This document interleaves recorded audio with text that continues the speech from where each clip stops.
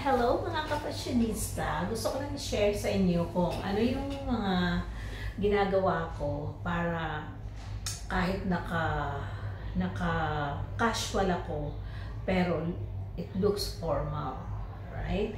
Kasi syempre sa trabaho ko, kailangan lagi akong presentable at kailangan medyo may pagka-formal, bawal ang sexy dito, 'di ba, sa work ko.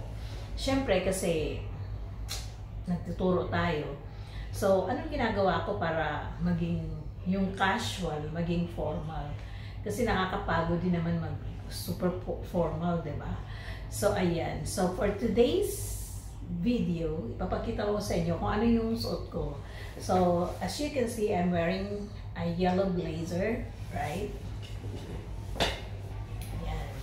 Tapos, meron akong black top inside and jeans. Ay, sorry.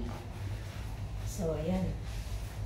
Naka-jeans ako, pero naka-blazer. Tapos, naka-rubber shoes.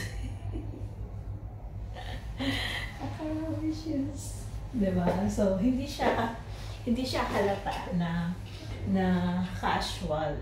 Although, it's like ripped jeans. Diba? Pero, okay siyang tingnan.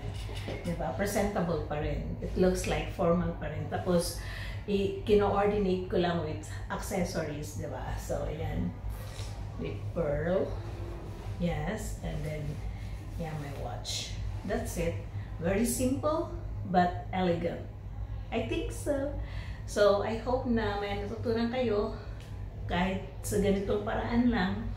Diba? So, have a nice Sunday, everyone.